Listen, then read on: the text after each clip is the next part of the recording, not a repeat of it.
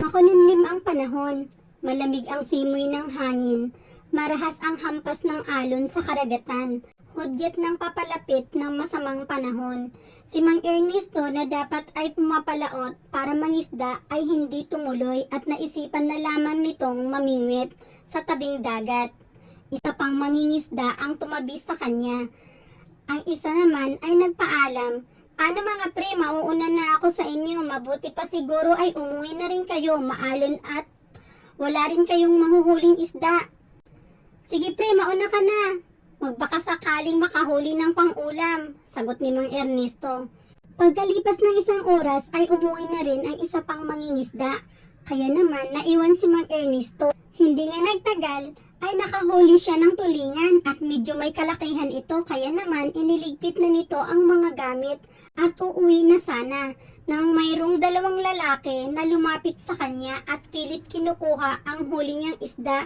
Nagmakaawa siya sa mga ito na ipaubaya na sa kanya ang isda dahil yun lang ang pagkain nilang mag-asawa sa araw na ito. Pero sadyang may mga tao talagang sagad ang itim ng budhi. Binugbog nila si Mang Ernesto, kinuha ang mga huling isda at ang mga kagamitan nito. Hindi pa nakontento ang mga lasinggerong lalaki.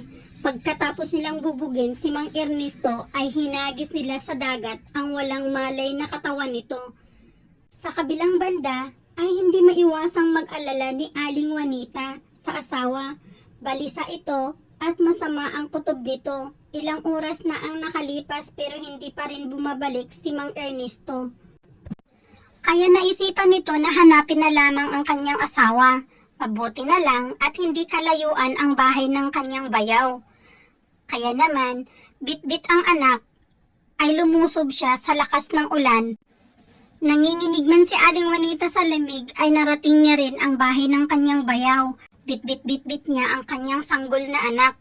Kumakatok si Aling Juanita, kaya naman nung pagbukas ni Arnold ay gulat na gulat ito. "Oh, Juanita, anong ginagawa mo dito at bakit basang-basa ka? Halika dali, pasok."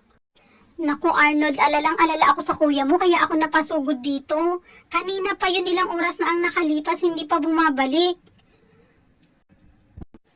Dali-dali na ngang umalis ang magkapatid para hanapin ang kanilang kuya. Sa dagat ay nagpalutang-lutang papalayo ang walang malay na katawan ng kawawang Mang Ernesto.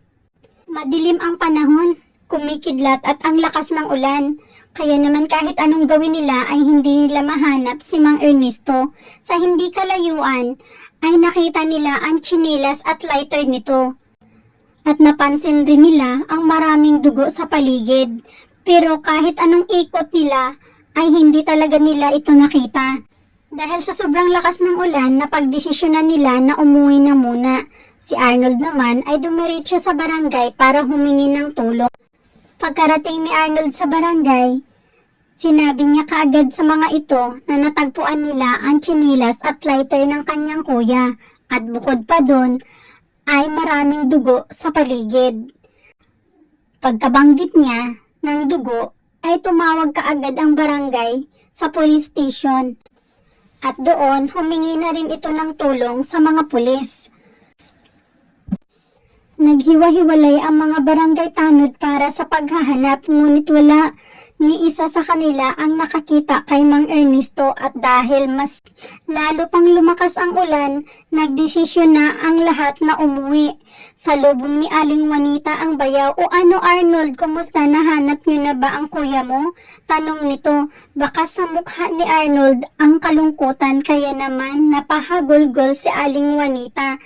Samantalang sa karagatan, ang walang malay na katawan ni Mang Ernesto ay nagpalutang-lutang. Nang may biglang humila nito, dinala ito sa kailaliman ng dagat. Sa ilalim ng karagatan ay dahan-dahang pinasok ni Ria ang katawan ni Mang Ernesto sa kanyang silid. Habang pinagmamasdan nito si Mang Ernesto, ay binabalikan niya ang mga pangyayari noon. Kung hindi dahil kay Mang Ernesto, marahil ay patay na siya. Isang nakakatakot na pangyayari ang kanyang naranasan nang masabugan siya ng mga paputok na gamit ng mga mangingisda. Sugatan siya noon at hindi halos makalangoy. Walang takot na nilusob ni Mang Ernesto ang malamig na dagat para lang mailigtas siya. At hindi siya iniwan nito hanggang masiguradong ligtas na ang kanyang kalagayan. Binuraman niya ang alaala ni Mang Ernesto para makalimutan nito ang tungkol sa kanya, utang pa rin niya dito ang kanyang buhay. Kaya naman, ngayon ay oras na para masuklian ang kabutihan nito. Isang wagayway lang nito sa hawak niyang stick ay naghilom agad ang lahat na sugat ni Mang Ernesto, ngunit nananatili pa rin itong walang malay. 5 oras pa lamang ang nakalipas sa ilalim ng dagat, ngunit sa lupa ay 5 araw na nang nawawala si Mang Ernesto. At nahuli na rin ang taong bumubog sa kanya. Nahuli ang mga ito dahil tinangkang ibinta ang mga gamit ni Mang Ernesto sa kaibigan nitong mangingisda. Kaya nireport kaagad ito sa pulis at ngayon nga'y nakakulong ang mga ito. Si Aling Juanita naman ay halos mawala na ng pag-asa na mahahanap pa ang kanyang asawa. Wala ito sa sarili habang binabaybay ang dalampasigan. Kalong-kalong ito ang halos 2 buwan pa lamang sanggol. Sa hindi kalayuan ay lihim itong pinagmamasdan ng isang sirena.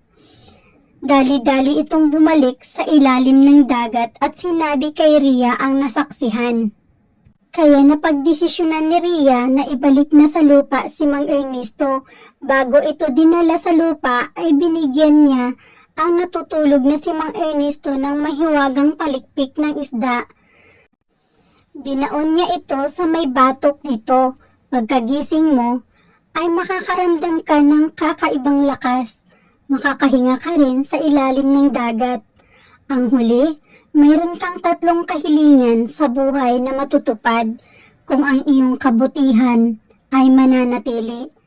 Tumingin si Ria sa kanyang paligid. Puno ito ng kayamanan. Ang kanyang kumikinang na tono, ang mga perlas na palamuti sa kanyang palasyo. Nakaramdam siya ng panghihinayang.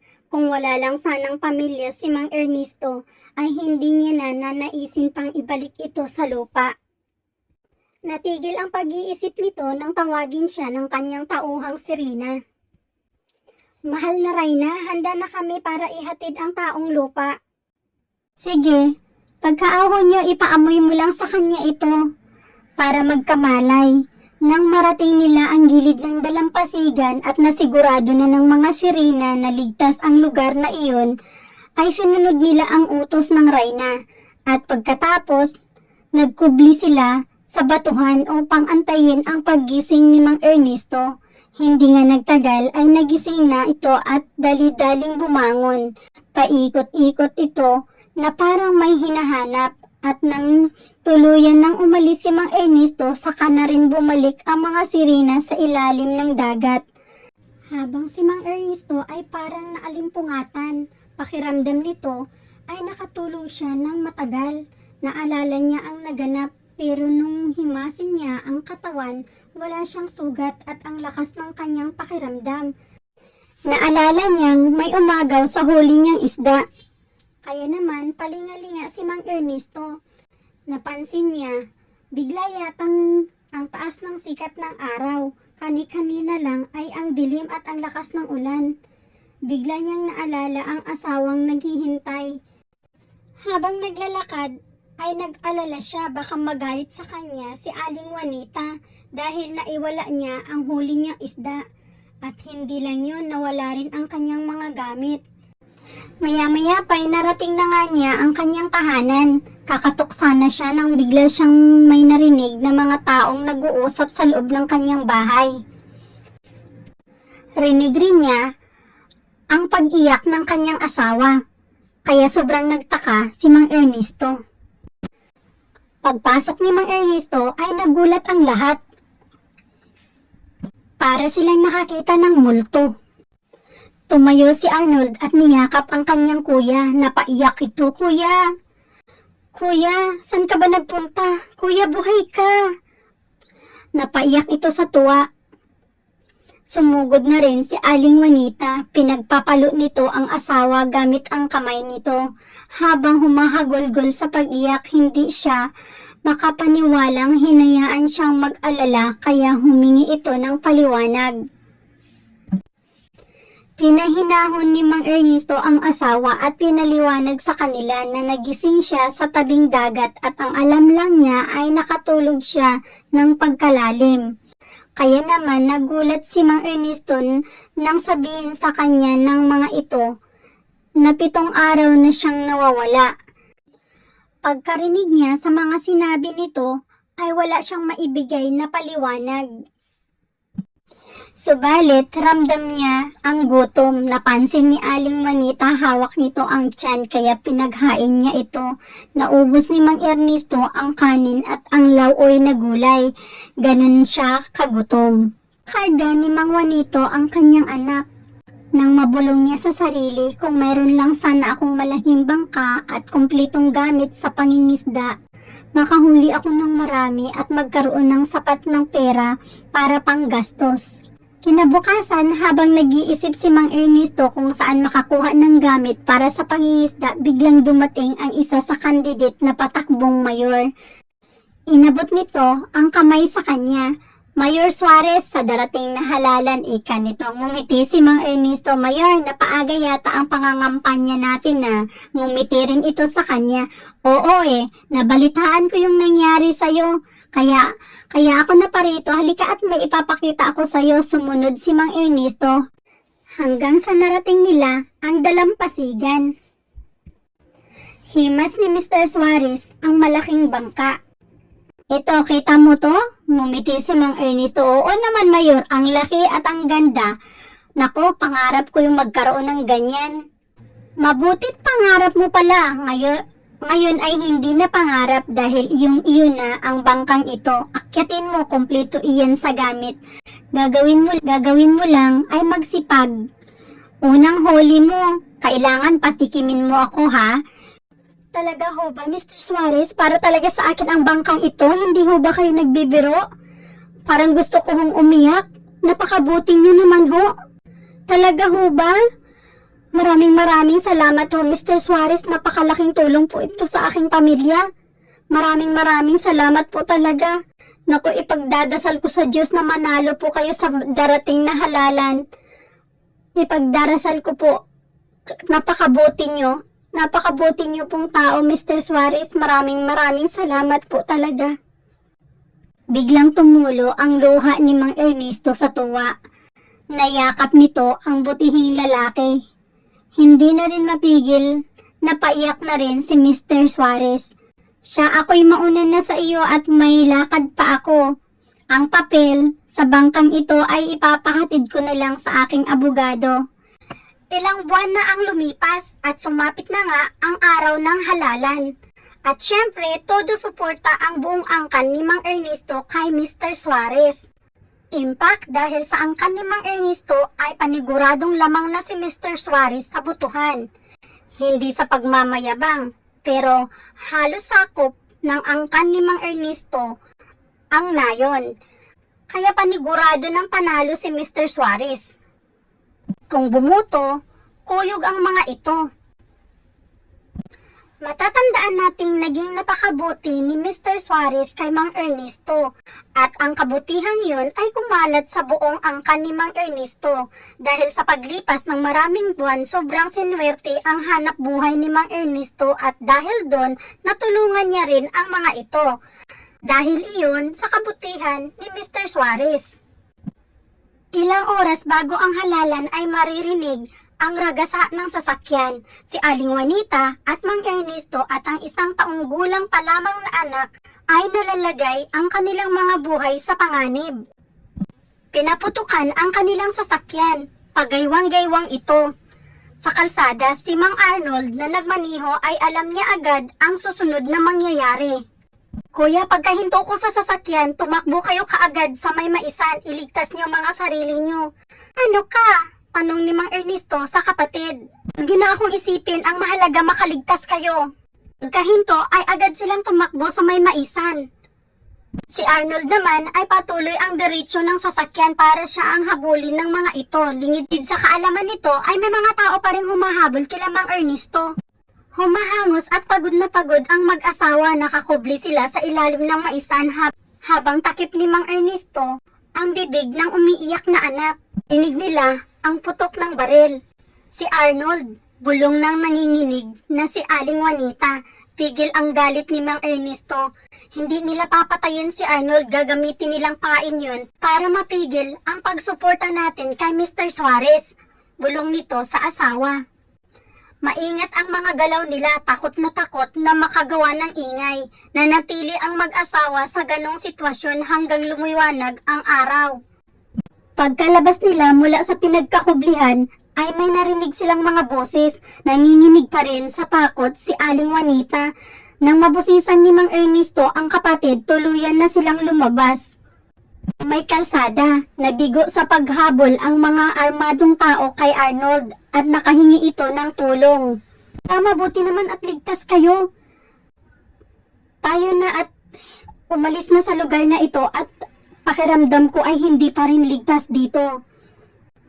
Maya-maya pa ay dumating na rin ang mga pulis.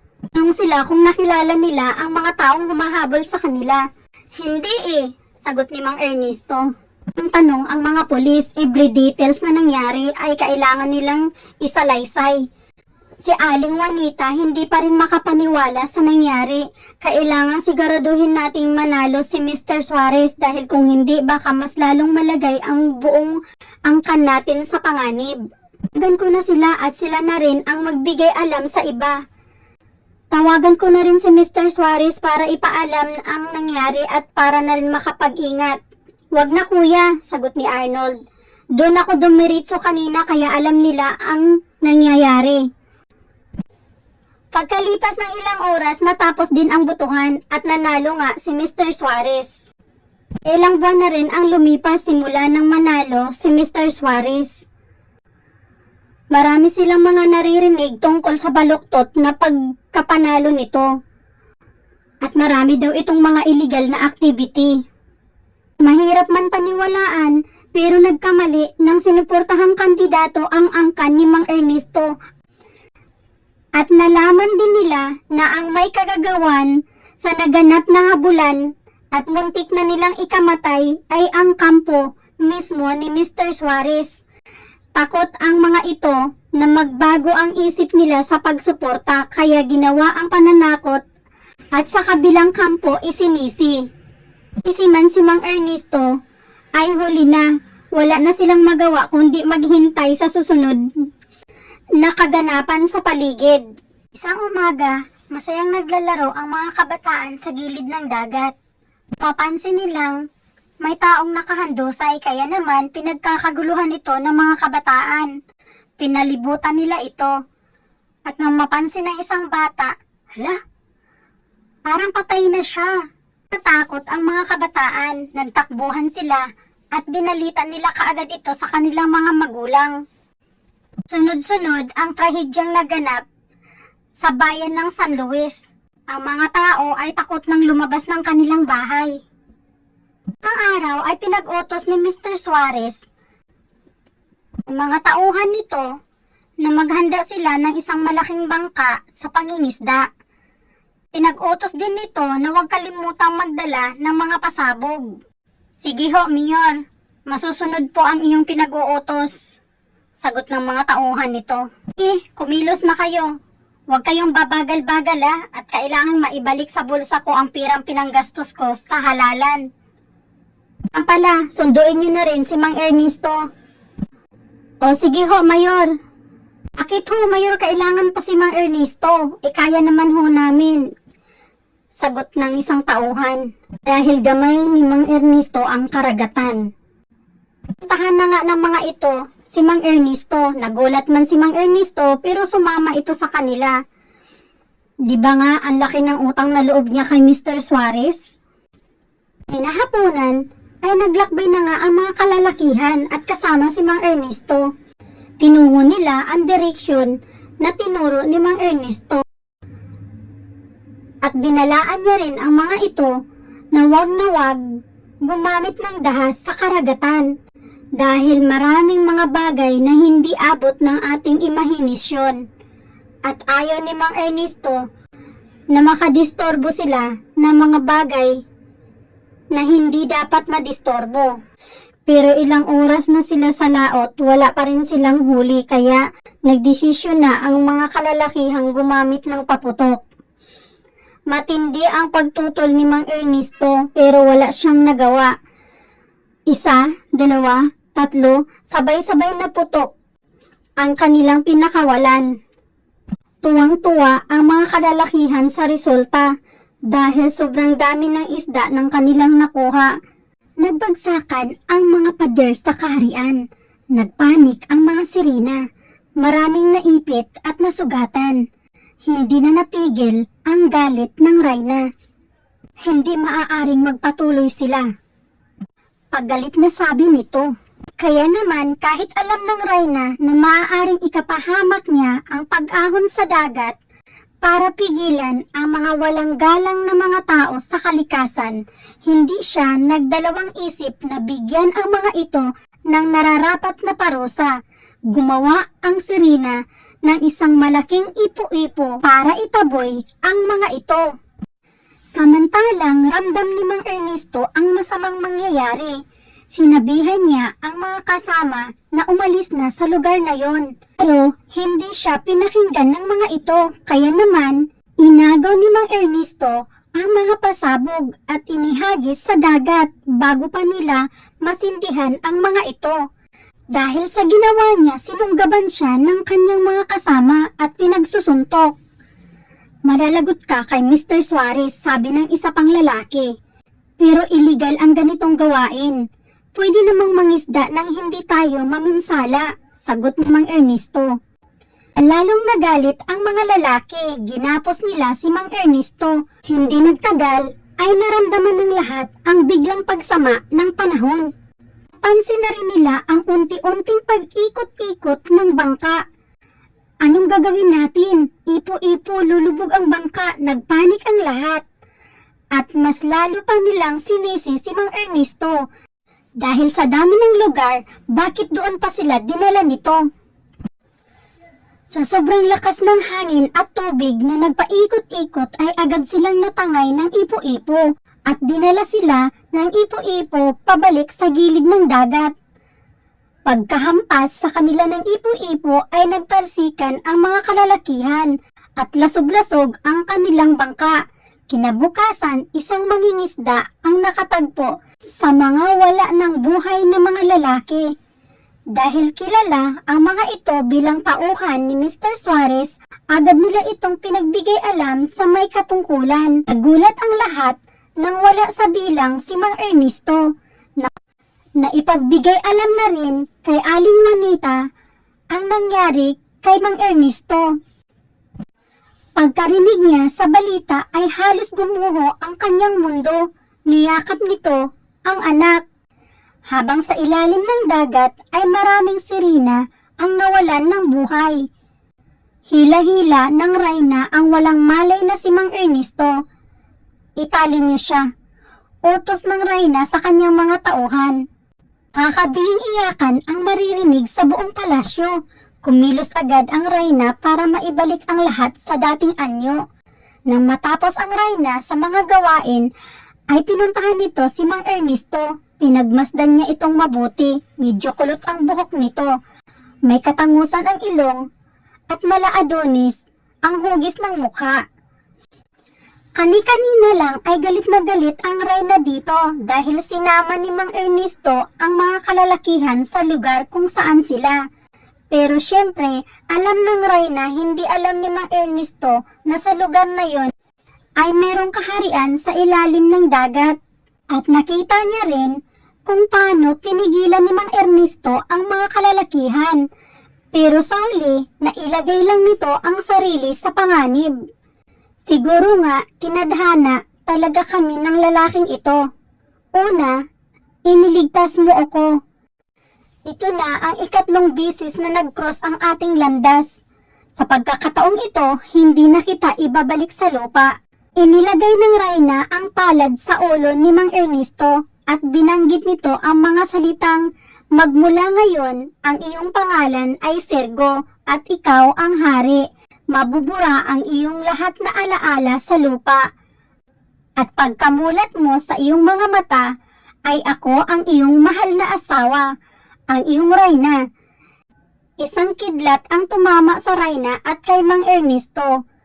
Nag-iba ang anyo ni Reynang Ria, naging purong puti ang buhok nito, at si Mang Ernesto ay nagkaroon ito ng buntot, naging puti na rin ang buhok nito. Biglang nagising si Mang Ernesto. Ngumiti dito ang reyna at sabay sabi, "Mahal na hari, gising ka na pala. Kumusta ang pakiramdam mo?" Tanong nito. "Masakit ang ulo ko." "Bakit wala akong maalala?" tanong ni Mang Ernesto. "Nabagsakan ka ng mabigat na bagay." "Ah, kaya pala, ang sakit ng ulo ko," sagot ni Mang Ernesto. Dinala ng reyna si Mang Ernesto sa hapagkainan, na para bang ang tagal na nilang mag-asawa. Mabilis nga na lumipas ang buwan, at hindi na naalala pa ni Mang Ernesto ang pamilya sa lupa. Malaki na ang anak nila ni Aling Juanita, habang si Edward ay nakatingin sa karagatan. Pinapangarap nito ang kanyang ama. Ang pagkakaalam ay nilamon ito ng dagat, kasi yun ang lagi niyang naririnig. Minsan, ang dagat ay nagalit sa mga tao at kumitil ng maraming buhay at nilamon ang kanyang ama. Sana buhay pa si Itay, bulong nito sa sarili. Habang sa ilalim ng karagatan ay masayang masaya ang reyna, habang nakatitig ito sa dalawang anak. Habang si Mang Ernesto lihim niyang pinagmamasdan ang kanyang mag-ina, masasabi niyang perfect ang kanyang buhay. Pero may pagkakataong nakakaramdam siya ng pangungulila. Hindi niya maipaliwanag sa sarili kung bakit. Habang sa kabilang kampo sa kaharian ni Haring Pirino ay naghahanda ang mga ito para salakayin ang kahariang Ria. Si Pirino ay isang mayabang na haring syukoy. Mula pagkabata ay may gusto na ito kay Reynang Ria, pero hindi ito binigyang pansin ng reyna. Talang sa karagatan ay 10 buwan na ang lumipas mula ng kaganapan, at sa lupa naman ay 10 taon na ang nakalipas. "Mahal na Haring Pirino, handa na ang lahat," sabi ng tauhan nito. "Sige, kailangan makuha natin ang mga anak ng reyna.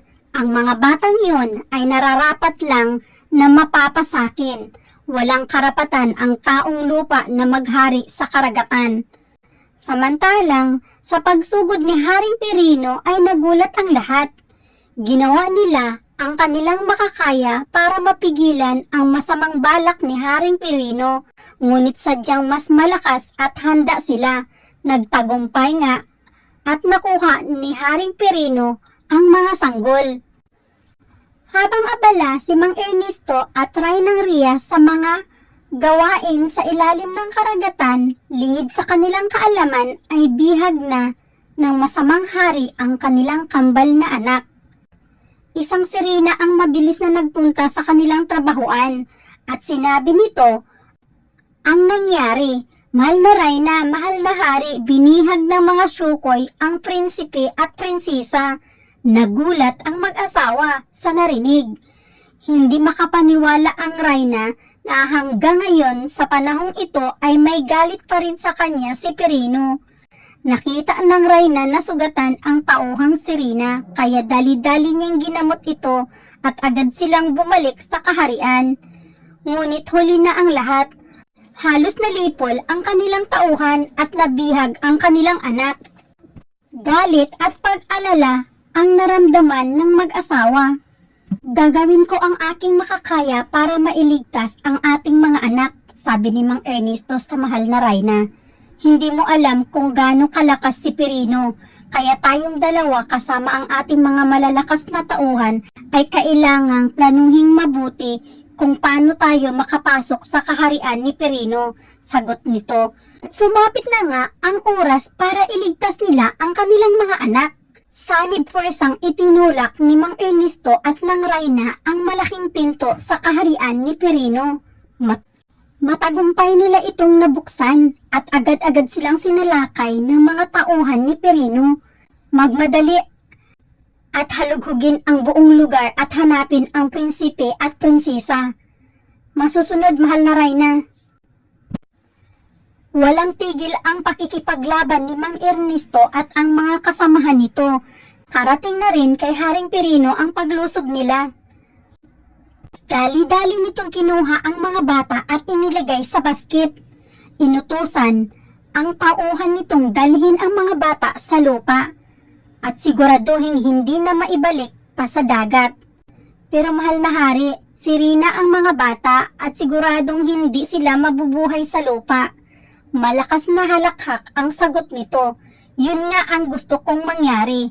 Kaya dalian nyo at sundin ang aking utos. Dinala na nga ng mga syukoy ang mga batang sirina sa lupa at iniwan nila ito sa may batuhan. Sa hindi kalayuan, si Edward na abala sa pamimingwit ay nakarinig ito ng iyak ng isang sanggol. Tinungo nito ang pinagmulan ng iyak. Laking gulat niya nang makita niya ito. Kambal ba sila? Bulong nito sa sarili. Palingon-lingon si Edward, tinitignan kung sino ang nag-iwan sa dalawang sanggol. Pero walang ibang tao sa lugar kundi siya. Grabe, napakawalang awa ng nag-iwan sa inyo dito. Dinala niya agad ito sa kanyang inay. Inay! Inay! Ano ba naman yan, Edward? Ang ingay mo. Ano na naman bang kakaibang isda ang nahuli mo? Inay, hindi po isda. Meron po akong napulot na sanggol. Ano? Hindi makapaniwala si Aling Juanita sa narinig. Basta-basta ka nalang pupulot ng sanggol, anak.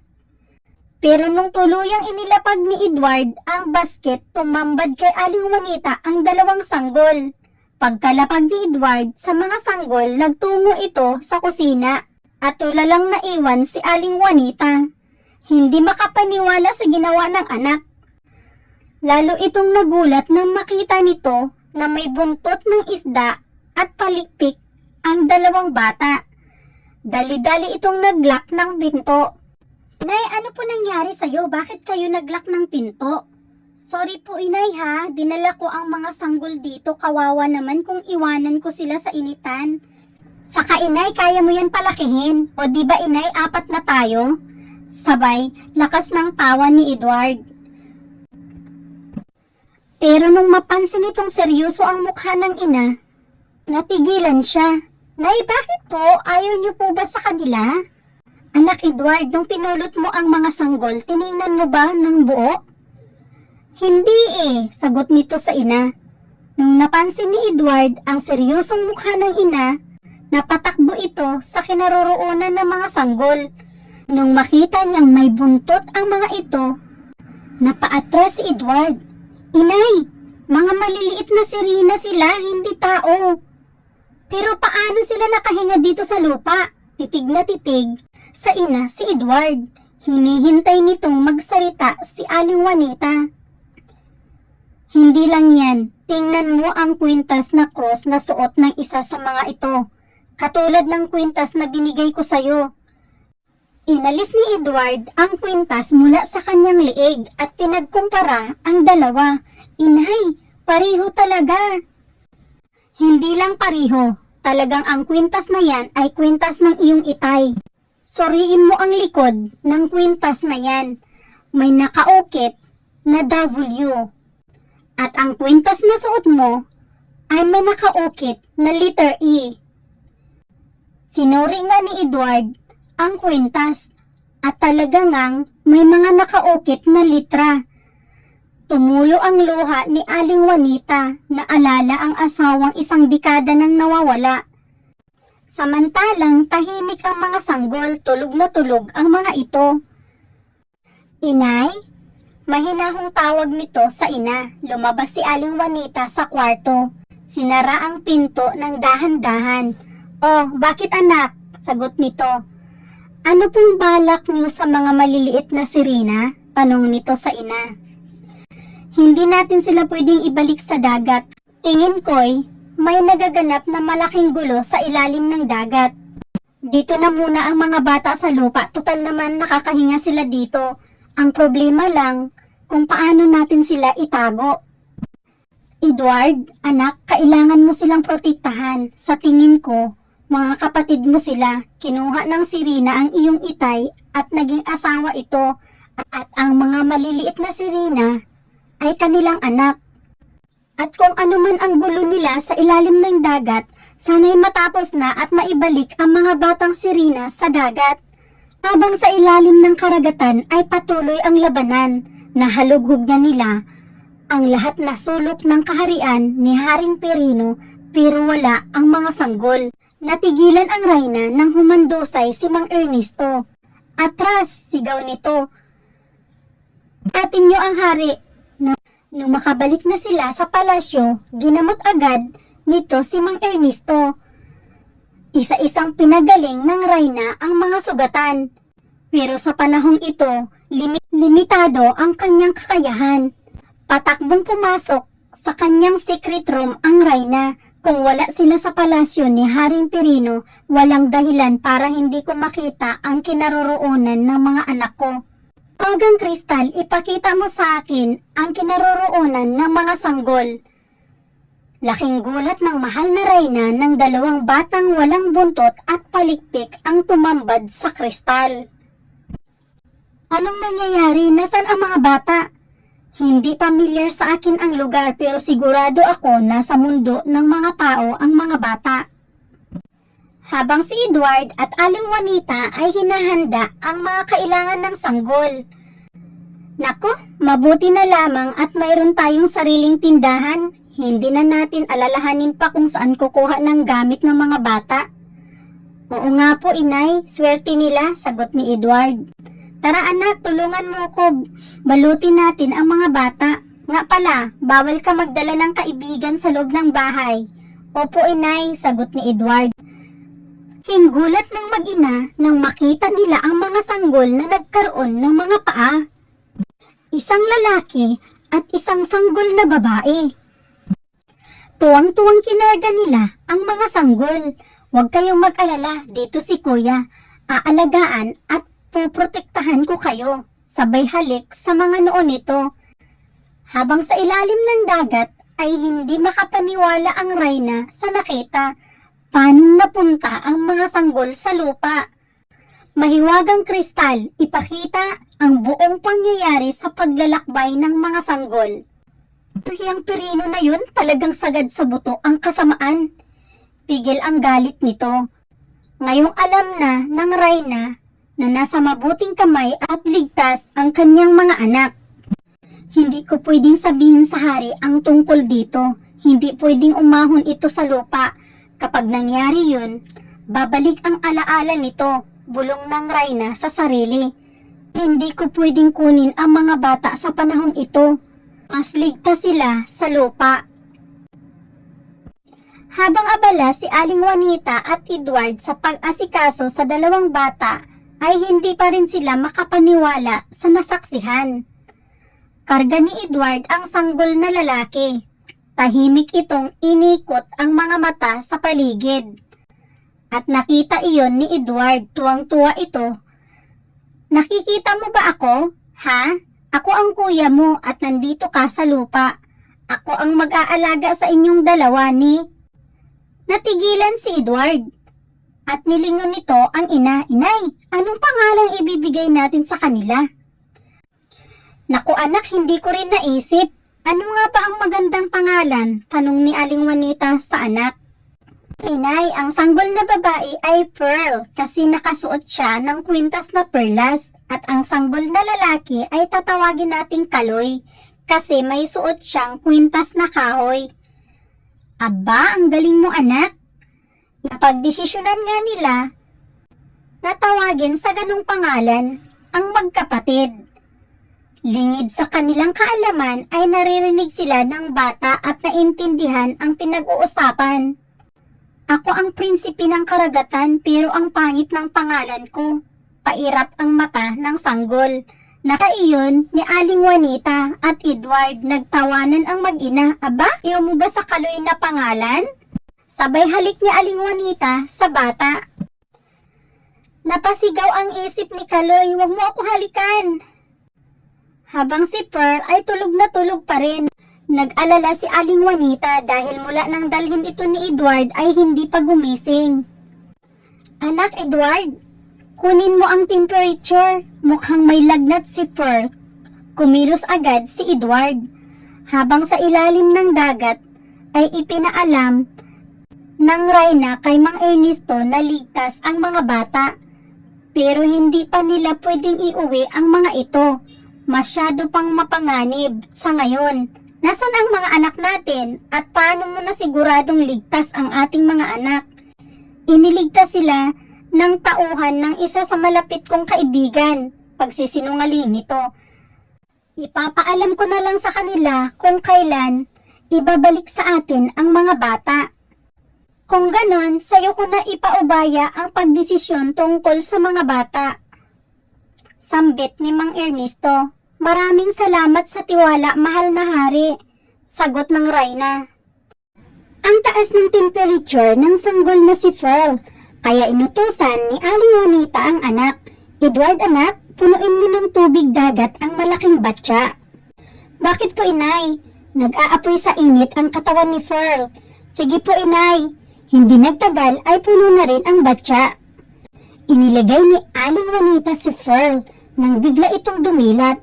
Napansin ni Aling Juanita ang unti-unting pagbabago ng katawan nito. Bumalik si Pearl sa pagiging sirena. Nung hawakan ni Aling Juanita ay nawala na ang init ng katawan nito. Doon nalaman ni Aling Juanita na kapag nabasa ng tubig dagat ang sanggol ay bumabalik ito sa dating anyo. Si Pearl, nakadidilat lang, ay inikot nito ang kanyang mga mata. Nakatitig ito kay Aling Juanita. Hinampas ng marahan ang kanyang napakagandang buntot. "Aba anak, ang liksi mo." Napahanga si Aling Juanita. "Napakaganda ng buntot mo at ang mga palikpik mo ay kumikinang na parang ginto." "Siyempre ako yata ang prinsesa ng karagatan. Dali, ibalik mo na ako sa dagat." Kahit anong sigaw ni Pearl, hindi siya naririnig ni Aling Juanita. "Oh, huwag kang masyadong malikot.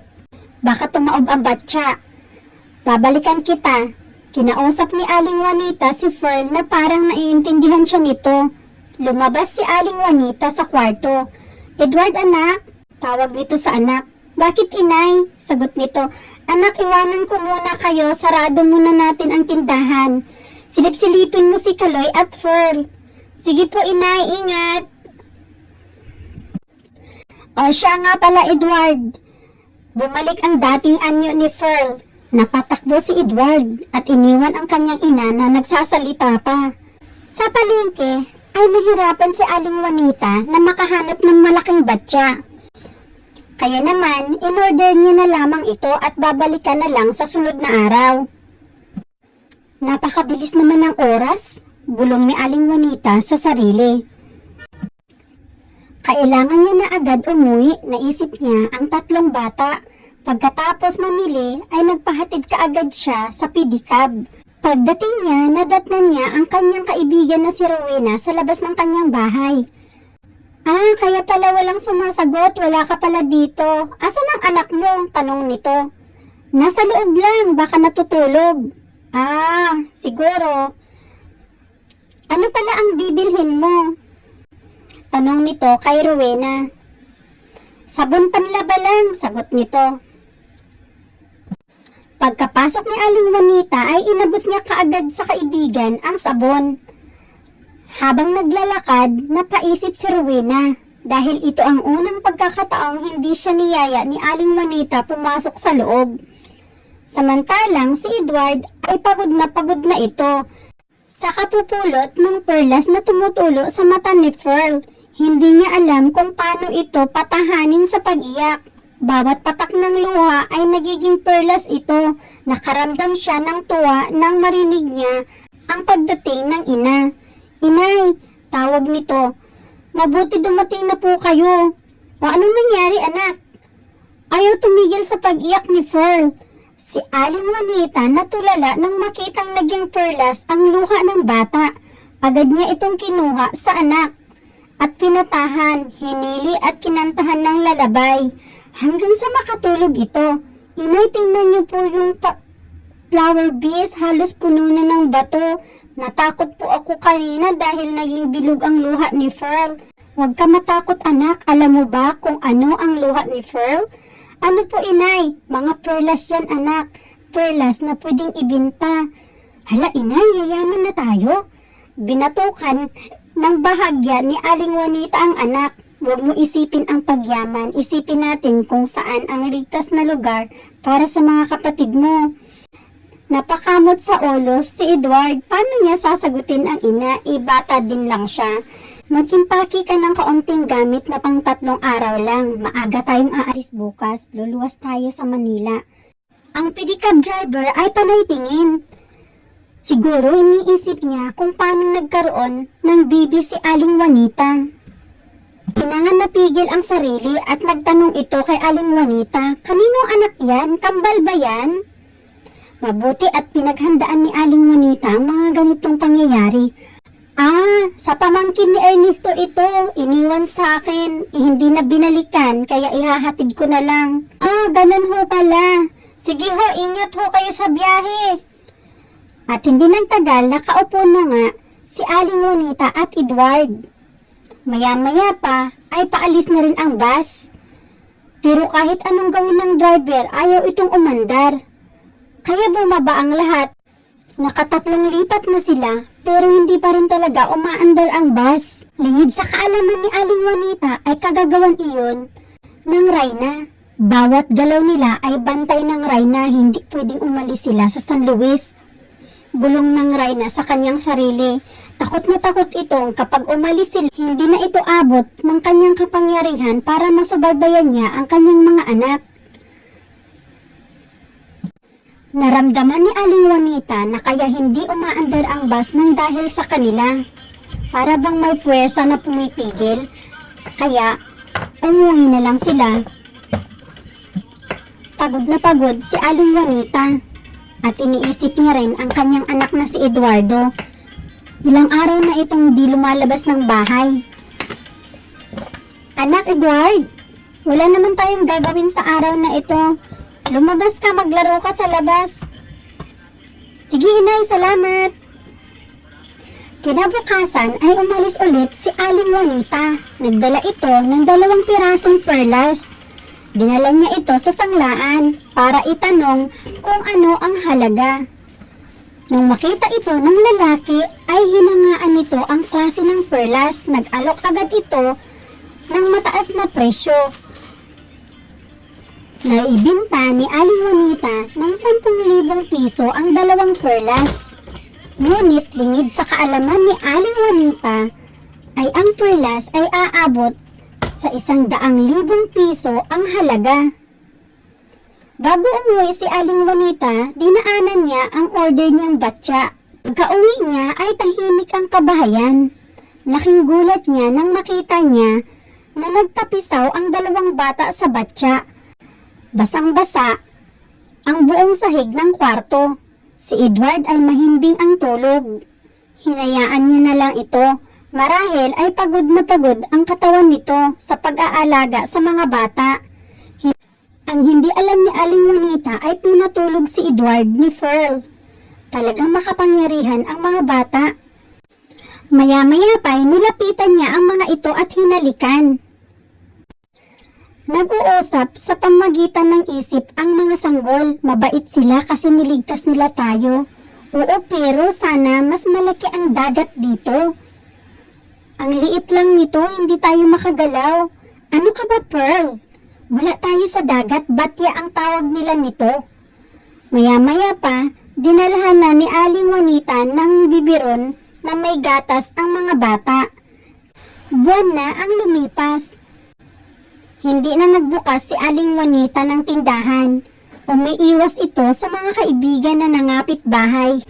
Habang sa karagatan ay naghahanda na ang Reyna at ang kanyang kanang kamay para sunduin ang 2 bata. Gamit ang kanilang kaisipan ay nakakapag-usap sila. Ang gagawin lang ni Pearl ay uutusan niya si Aling Juanita at Edward na dalhin sila sa dagat. At yun na nga ang nangyari. Dinala ni Aling Juanita at Edward ang kambal sa lugar kung saan sila napulot. Pero bago pa sila makarating sa dagat ay nakita nila ang palusob ng mga syukoy. Hinto! Sumunod si Aling Juanita at Edward sa sinabi ni Pearl. "Mahal na Reyna, nasa panganib kami," sigaw ng isip ni Kaloy.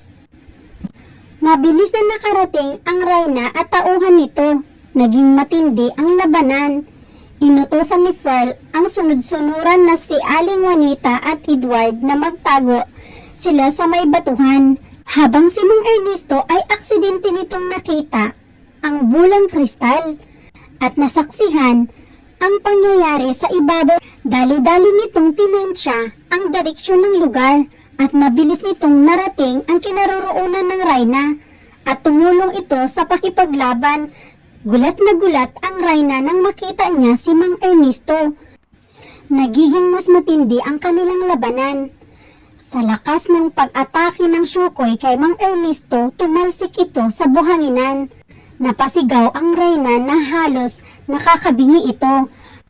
Sa tindi ng sigaw ng Reyna ay halos nayanig ang Baryo San Luis. Sadyang nakakatakot at nakakapangilabot ang sigaw nito.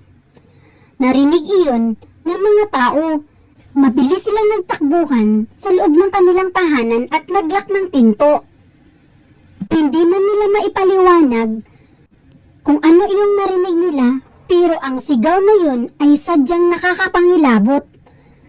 Ang mga syukoy ay mga nahimatay. At ang Reyna ay nanginig ang buong katawan nito.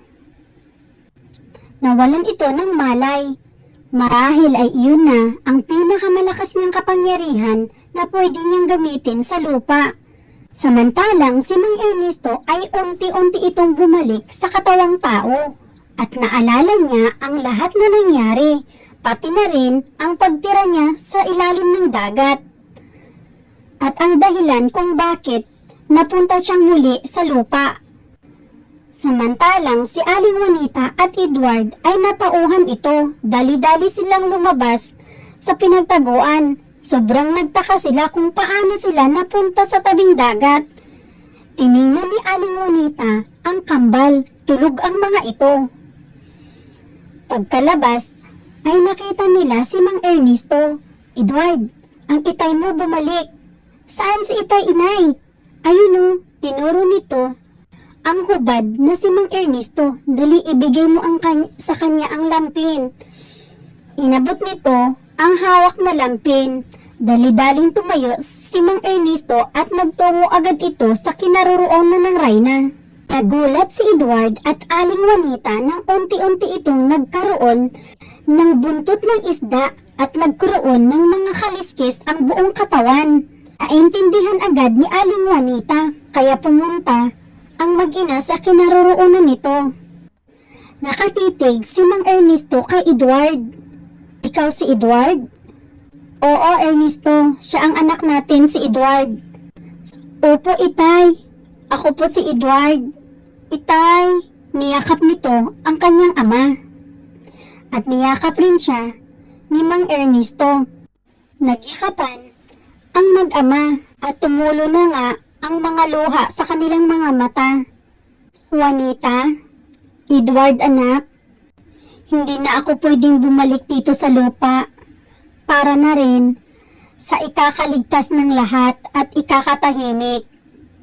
Pero pwede tayong magkita kung kailan mo naisin." Inabot nito ang chisel sa anak niya. "Ipito mo lang ito at darating kami ng mga kapatid mo."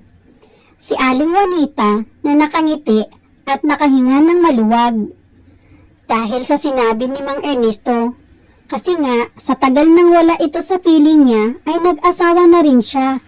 At best friend pa ito ni Mang Ernesto na si Noel. Nagkataon lang na nasa Manila ito.